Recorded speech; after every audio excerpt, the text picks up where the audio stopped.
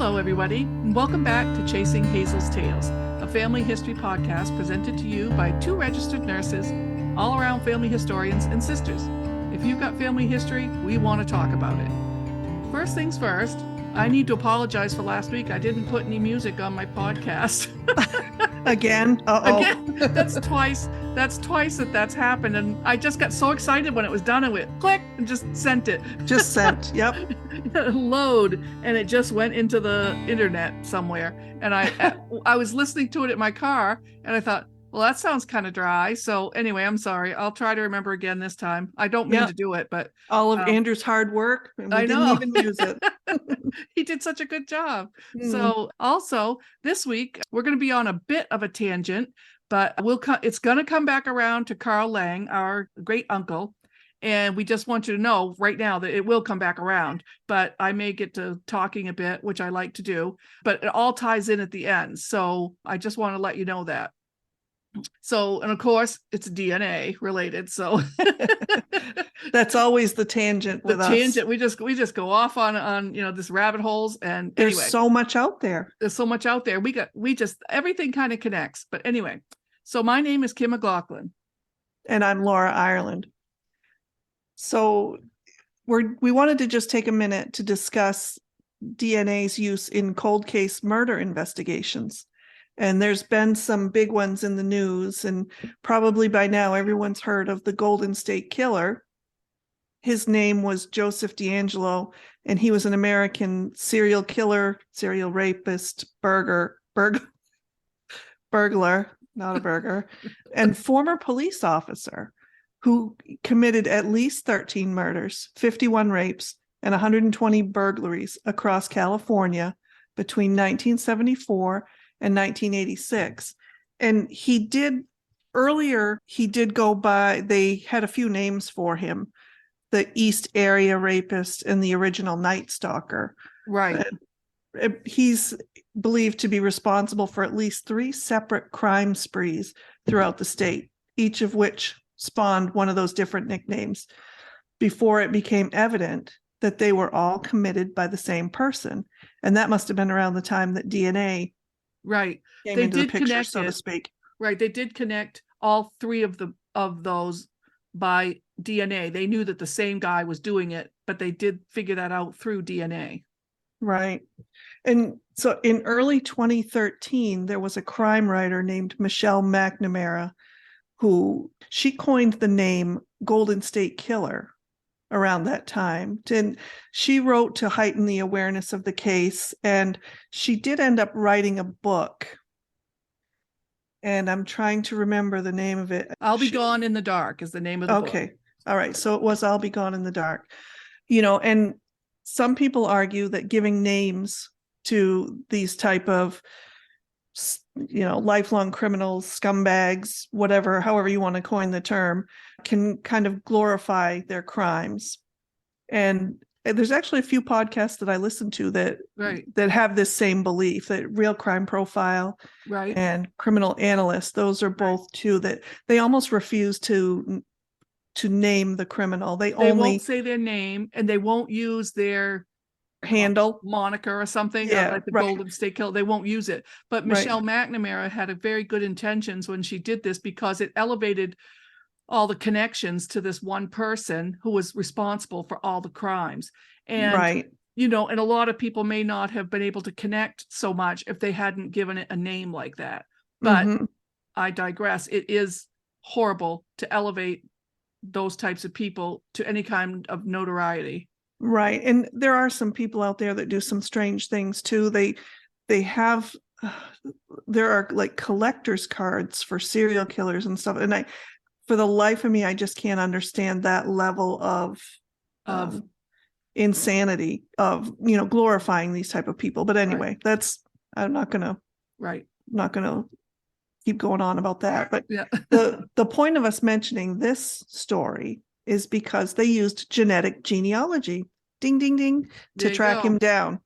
And that's what ended up getting him. And so they found hits on a certain company's website. Was it GEDmatch, I think? Yeah, GEDmatch, right. Yeah. Somebody in his family had their DNA done and had it on GEDmatch. And using the genetic genealogy techniques, they were able to build a little tree, back it up, do all these different things, and figure out that he was the common denominator. And he went to jail. He went to jail. And because once he was caught, once they had the DNA in hand and they could attribute it to him, he folded like a chair. He Right. said, Well, it was me. And the that's all whole that there was. story supported that. Right. You know, those crimes took place where he was living at that time in all of Right. those different areas. So the DNA just helped put that connection together and got him arrested. So Right. I think the website had identified, when I'm talking about the website, I'm talking about GEDmatch, they had identified 10 to 20 people who had the same, get this, great, great, great grandparents as the Golden State Killer. So that's quite a few back. But you can do it. Like we know, when we see our autosomal DNA, we can look and say, well, that, you know, there's such a small amount of centimorgans that are shared, you know, it's way, way back. But that's what they could do with this information. And it took a long time for them to construct a really large family tree. And from this tree, they said they established 2 suspects. One was ruled out by another DNA test, and that left this guy. And then they went in and collected, I guess he left a couple of items in public space where. Right. They can pick up your trash. Right. And get your DNA. Right. And then there it was. Yeah. Mm-hmm. So anyway, that's one way of using genetic genealogy. And for me, that purpose was perfect. Who else better to get off the story? I mean, he was already, let's just say, retired. He was older by the time they caught him, but at least it gave some sort of closure. And, you know, all this hard work that people had put into it, it just kind of came full circle, and they were able to put him away and get all kinds of answers that they had really wanted. Right.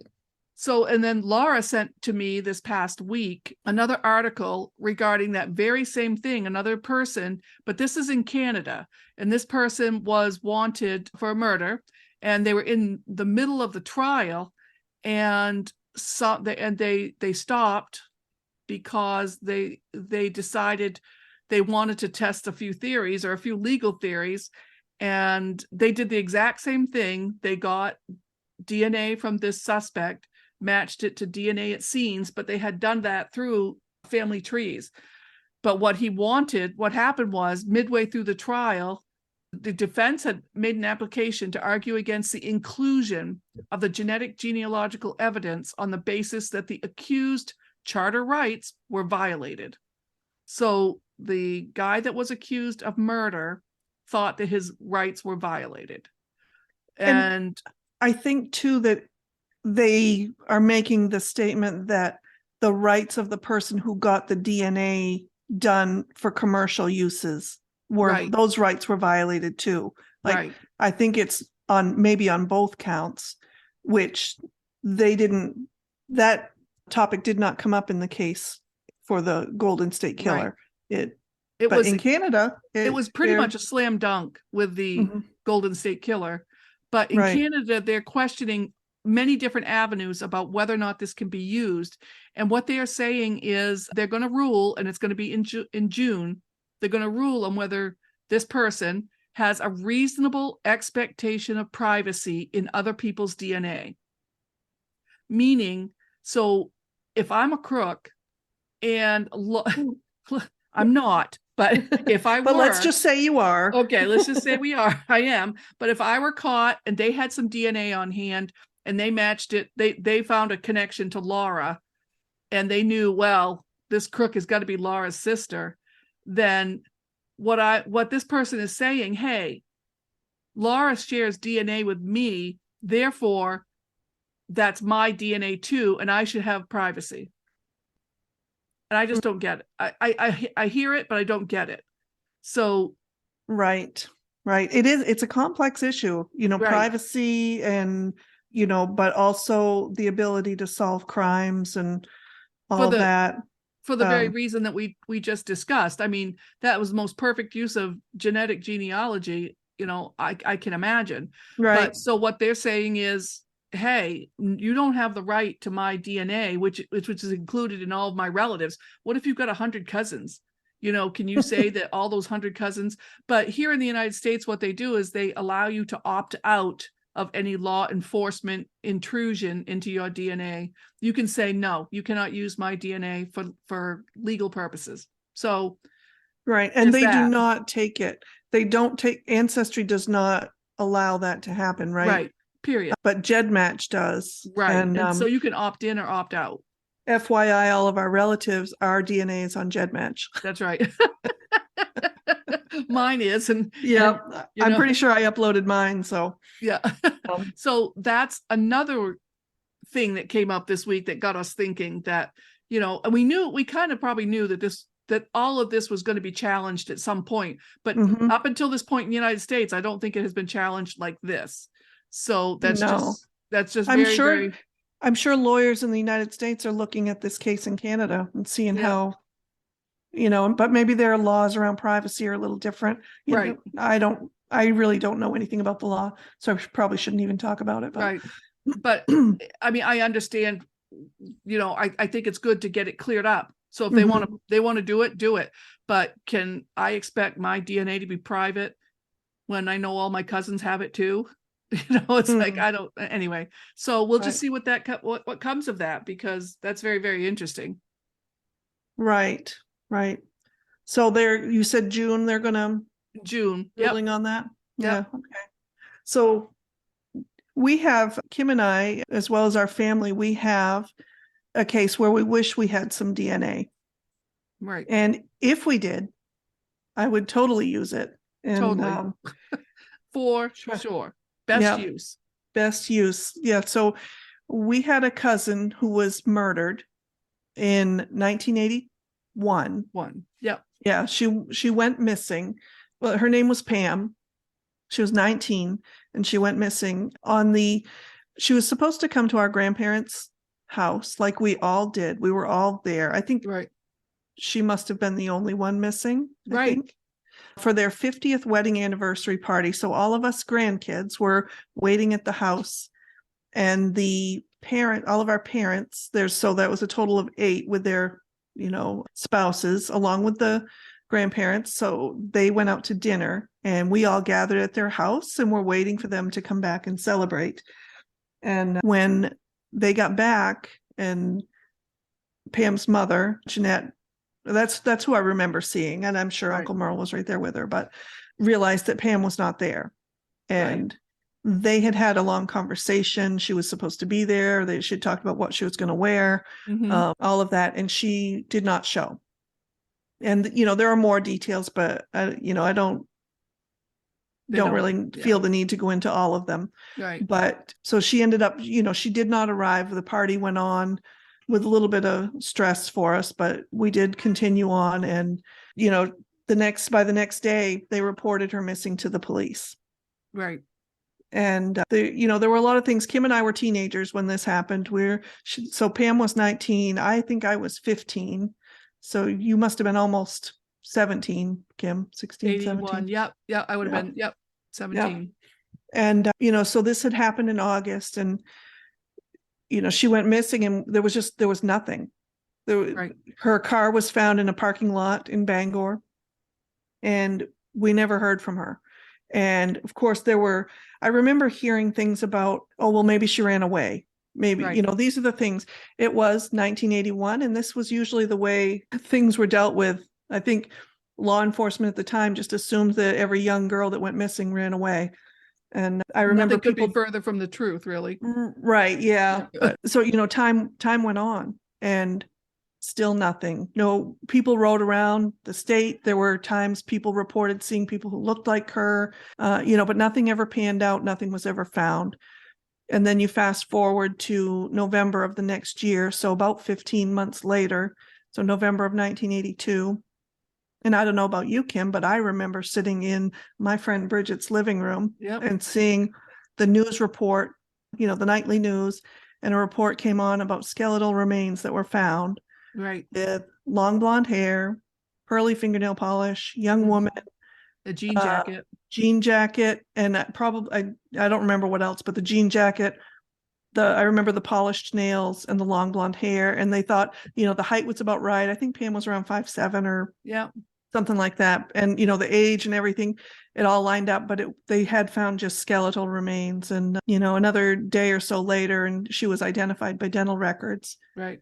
And also, I think by her nails. Her fingernails were so distinctive because she always kept them very long, mm-hmm. and very brightly. She had all these colors. And so that they just, and her long blonde hair, they just knew, we all knew. Right. I remember jumping up and saying, oh my goodness, that's her. They found her. That's got to, anyway. So it turned out it was her. But nothing, I don't know. Kim, you might know a few more details about any sort of investigation. You did talk to the cold case people, didn't you? Right. I did a couple of years back because I did a little bit on NPR here in Portland about genetic genealogy and how it's used. And so at that time I thought, I'm just going to call and ask, and I did, and they still didn't have anything, although it's still an active case and they still work on it. But of course, my question was, is there any DNA? Did you save anything, like from under her nails? You had to have something. You had to have something, Mm-hmm. And no, they didn't. Nothing was saved. No. At least they were not very forthcoming with that information. Because I was thinking, let me add it. I'll do it. I will do it. I will do the genetic genealogy. Just put it on GEDmatch, and and we'll start working. We'll start working it. We'll figure it out. But I got, they use very few words when they talk to you. Mm-hmm. And they just were not forthcoming with that. And there was nothing. So, and then only to find, I believe she was cremated. So there's nothing to go back on. But I think they have many leads and many types of things like that. But still, no one's been arrested. And this would be the perfect use of genetic genealogy, in my opinion. And we can't, because of the way things were investigated back then and the way that she was buried. It's very, I don't know. I'm just thinking it's really, it's hard to have hope. That's all that they will be found. Although, when I did talk to them, it's active. They are working it. They have people, people that, and they go to work every day. They want to solve these things every day, but they just need a break. Right. And they can't go back in time. And like I said, it was 1981. And, they're like, oh, she ran away. She went and she did something. She'll be back. Don't worry. So her apartment was not treated as a crime scene. Right. There was probably evidence there, from the little bits that I've heard, it was probably someone in her building. Right. But they've never been able to prove it. And the techniques they used back then, they just didn't do anything. So anyway, so DNA would have been our only hope, and we don't have that. So anyway, that's just our own little personal aside. Maybe that's partly why we're both so interested in this kind of thing. And it certainly plays into it. And so we all wish we could. We all wish we could, get something. But anyway, we'll keep you up to date if anything ever, if that case ever breaks. I don't know if it ever will. Yeah. It's been a long time. That's a long time. Yeah. And there aren't many cases in life where I've wished bad things to happen to people. Yeah. But if I knew who that person was, there are things I would like to have happen to him. Yeah. There's probably, it's hard not to go down those roads. Yeah. So anyway, so that's our cousin Pam, and we continue to share her photo and all those details on social media whenever we can, because like I said, the state of Maine police, the police department, is still working the case. We hope that they someday solve it. Right. And she is on the website for the cold case, the unsolved murders for the state of Maine. If anyone's ever looked at that, her picture is there and her story, and a number to call if anybody. Yep. If anybody knows anything. Somebody somewhere knows something. Right. But it's a tough call for whoever out there. It's not a tough call for me, but it's a tough call for somebody. But let me at him. Yeah. So anyway, we'll go from there. So that is a different way of using DNA that is very, very useful. But there's another thing. So Laura and I were talking about this is the part where we come back to Uncle Carl. Here we are. It was a long road, but we got back there. But there's just so many different things that people use DNA for. And, one of the biggest things is parentage, right? When you want to know someone's parents.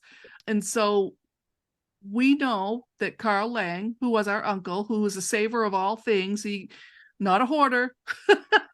He just saved everything. We loved him dearly.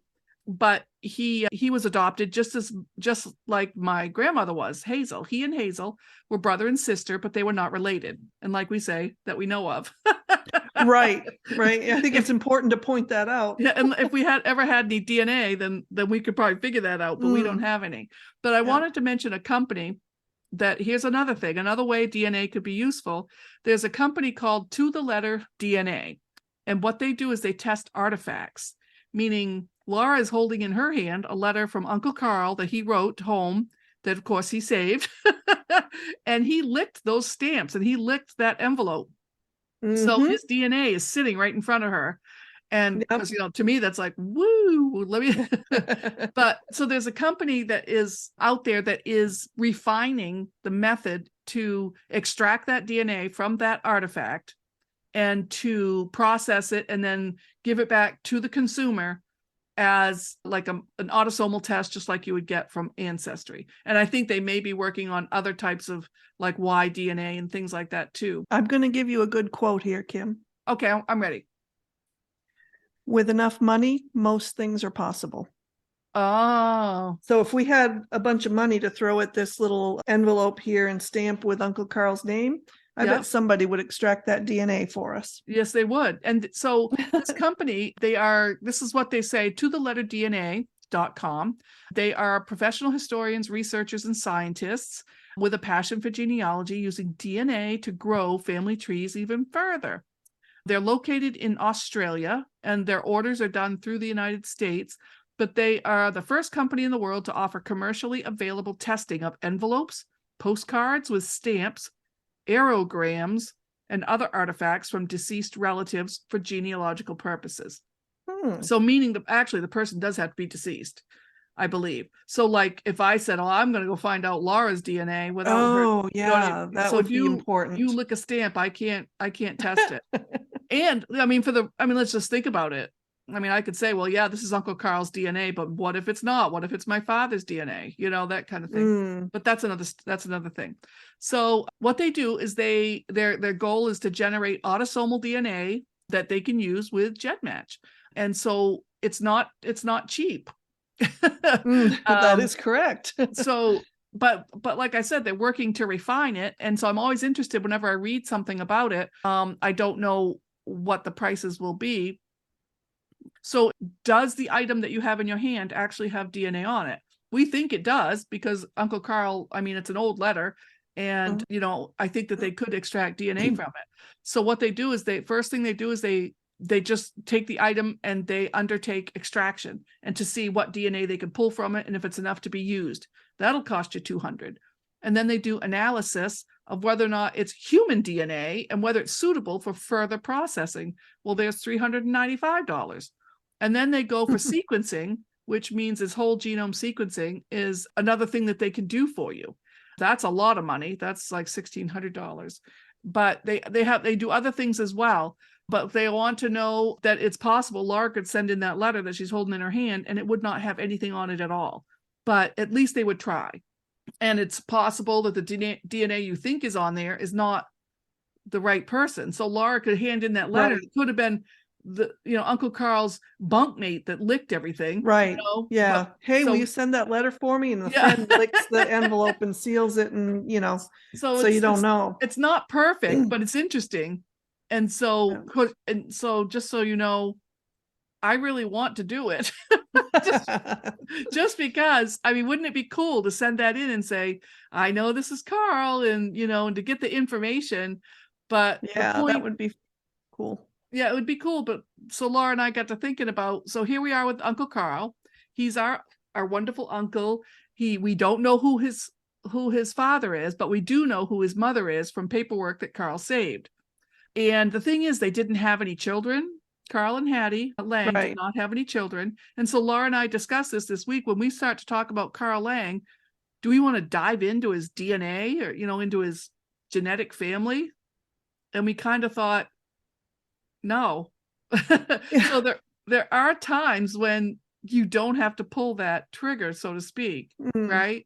Right, because I think for us, it really is more of a curiosity. Like, I don't know. It just feels like, I don't know, like maybe it's not our place to do that. I'm not sure. Right. To me, it is curiosity and the nerdiness, right? I mean, it would be a puzzle to figure out. It would be because his parents would not be our direct ancestors. Right. So I feel like, I guess I feel like I would be invading their privacy because it's not our direct family, other than, him being our uncle, but searching into his biological family just doesn't feel right to me. And there's also, like, so the thought is he was born of a single woman, I'm assuming, and that's what I was told. And she worked in Augusta, from what I understand. And the rumor was that it was a high-end attorney or judge. That's what Aunt Georgie told me one time. It was a well-known judge that was his father. I don't know what that means, but I bet Georgie was right. She was right about a lot of things. She just knows stuff. But the point is, so they never had any children. This woman may have gone on to have a really lovely life. She gave a child up for adoption that she couldn't raise because of this person. And the point is, there may be children that don't even know they have a brother. Right. And they're probably about the same age, I would say, as Carl. They may have passed, but nonetheless, it may be kind of ambushing someone. And for what? He's not, Carl's not alive. He has no connection to them that we know of. Right. So our question was, do we even pursue this at all? Do we need to know? Not really. Right. We knew who Carl was. He was our uncle, and we loved him dearly, but the whole DNA story, we don't think we really need to know. We don't think we want to broach that, I guess. Right. Anyway. Yep. And also, Hattie wouldn't want us to. Hattie hated it when we talked about family history. Yep. So no, my gosh, no talking about family history. No. So when we go on to talk about Carl next week, we've decided he has a mother. We have the adoption record. I have, that Kathy saved. It was in Carl's things. I know her name, but there's no real reason to call her out. Right. I don't think it's right. So she could have living children and descendants. Or grandchildren. Yeah. This would just be rude. Yeah. This would just be rude. So we're just not going to do that. Yeah. I just keep going back to, I guess it's not our place because it's not. Right. Yep. So we're not going to. So, but just so you know that. But next week, what we want to do is to share with you more about Carl. We didn't share much this week about him. Not really, no. Except to say we don't want to talk about his DNA. But we want to talk about DNA, but just not his DNA. Right, right. Anyway, so we'll get all caught up with Uncle Carl, and we're going to read to you some letters regarding his life, and they are just the best. And I especially like one that I'm holding in my hand. I'll read it to you next week, but it's the one where Hattie was just a little bit miffed because Carl did not get his hardship exemption and sent home from the military. She was mad at the Army. And took it out on Carl? Well, no, she took it out on the Army. She wrote him a letter. Oh, that's right. That's right. Yes. Yep. So she wrote a letter. We'll read that. That's coming up. That's just a glimpse. But, her letters are always much more entertaining than anybody else's. So, but we do have plenty, and we want to discuss Carl. And we have maybe some other things in the works coming up. So anyway. Yeah, we can probably work DNA into that conversation too, Kim. Let's do it. We probably have Hattie's DNA somewhere around here. We have a lot of it, actually. Yeah. She wrote him a lot of letters and he saved every one. So. We have a billion little 1-cent stamps or 2-cent stamps, whatever they are. I just don't want to know. A lot of thoughts on that one. Yeah. All right. So until next week, please rate, review, or follow us on your favorite podcast platform. And we also invite you to reach out to us by email at chasinghazelsTales@gmail.com. Tell us your tales or share what you've learned or found interesting about your family. And let us know if you've shaken your family tree and had a few nuts fall out. And you can also follow us or contact us on Facebook, Instagram, Twitter, or TikTok. So until next time, so long. Goodbye.